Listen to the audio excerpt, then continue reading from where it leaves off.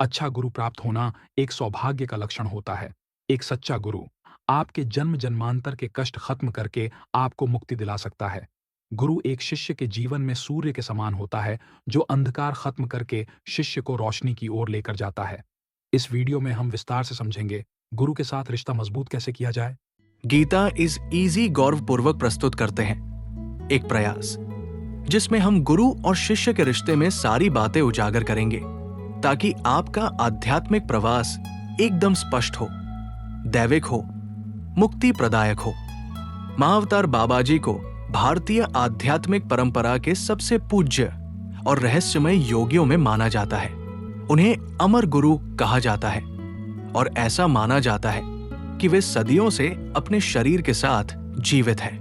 उनके कई उपदेश आत्मबोध, अनुशासन और दिव्य प्रेम से जुड़े हुए हैं। महाअवतार बाबा जी के सभी उपदेशों ने दुनिया भर में करोड़ों भक्तों की मदद की है, जिससे वे अपनी मनचाही आध्यात्मिक सिद्धि प्राप्त कर सके।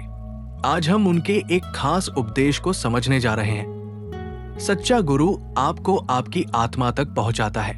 गुरु शिष्य का रिश्ता सिर्फ एक शिक्षक और विद्यार्थी का संबंध नहीं है। ये एक पवित्र और आध्यात्मिक जुड़ाव है जो दिव्य उद्देश्य से जुड़ा हुआ होता है। महाअवतार बाबा जी और सभी महान संतों के अनुसार ये रिश्ता सच्चे आध्यात्मिक विकास और आत्म साक्षात्कार के लिए बहुत जरूरी होता है। गुरु शब्द का असली अर्थ क्या है? गु का मतलब होता है अंधकार, रु का मतलब होता है प्रकाश। इसलिए गुरु वो होता है जो अज्ञान के अंधकार को हटाकर ज्ञान के प्रकाश की ओर ले जाए। गुरु केवल एक इंसान नहीं होता, वो ईश्वर का माध्यम होता है जो शिष्य को भ्रम से मुक्त होकर मोक्ष की ओर ले जाता है। गुरु शिष्य का रिश्ता पवित्र क्यों होता है? आइए जानते हैं 5 कारण।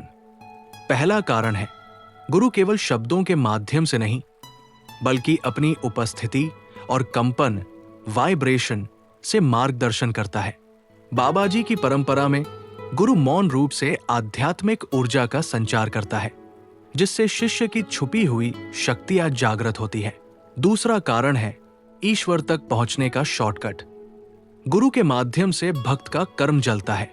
बिना गुरु के जन्मों तक अंधकार बना रहता है। गुरु गहरे कर्मों की रुकावटों को हटा सकते हैं, जिन्हें बिना गुरु के कई जन्मों में भी मिटाना कठिन होता है। तीसरा कारण है, गुरु आपकी आत्मा को देखते हैं, न कि आपका मुखौटा। दुनिया आपकी बाहरी पहचान को देखती है, लेकिन गुरु आपकी आत्मा को पहचानते हैं। वो आपके वर्तमान हालात नहीं बल्कि आपकी सबसे ऊंची संभावना को देखकर मार्गदर्शन करते हैं। चौथा कारण है, आपके अहंकार की परीक्षा लेते हैं, तोड़ने के लिए नहीं बल्कि मुक्त करने के लिए। गुरु कई बार ऐसे लग सकते हैं मानो वे शिष्य को अनदेखा कर रहे हों, चुनौती दे रहे हों या अस्वीकार कर रहे हों। ये क्रूरता नहीं होती, ये एक पवित्र अग्नि होती है जो अहंकार को जलाकर शिष्य को शुद्ध और शक्तिशाली बनाती है। 5वां कारण है निशर्त प्रेम। गुरु का प्रेम भावनात्मक नहीं बल्कि ट्रांसफॉर्मेशन करने वाला होता है। वो शिष्य को उसकी सभी कमियों के साथ स्वीकार करते हैं और धैर्यपूर्वक उसे दिव्य चेतना तक उठाने में सहायता करते हैं। अब सवाल आता है कि शिष्य ने क्या करना चाहिए? गुरु शिष्य के नाते में शिष्य की क्या भूमिका होती है? समझते हैं 4 मुख्य सीखें। शिष्य के लिए पहली सीख है श्रद्धा या फेथ। गुरु पर विश्वास रखो, चाहे हालात समझ में ना आए। गुरु पर अनवेवरिंग विश्वास रखें, भले ही उनकी बातें या कार्य आपकी समझ से परे हों।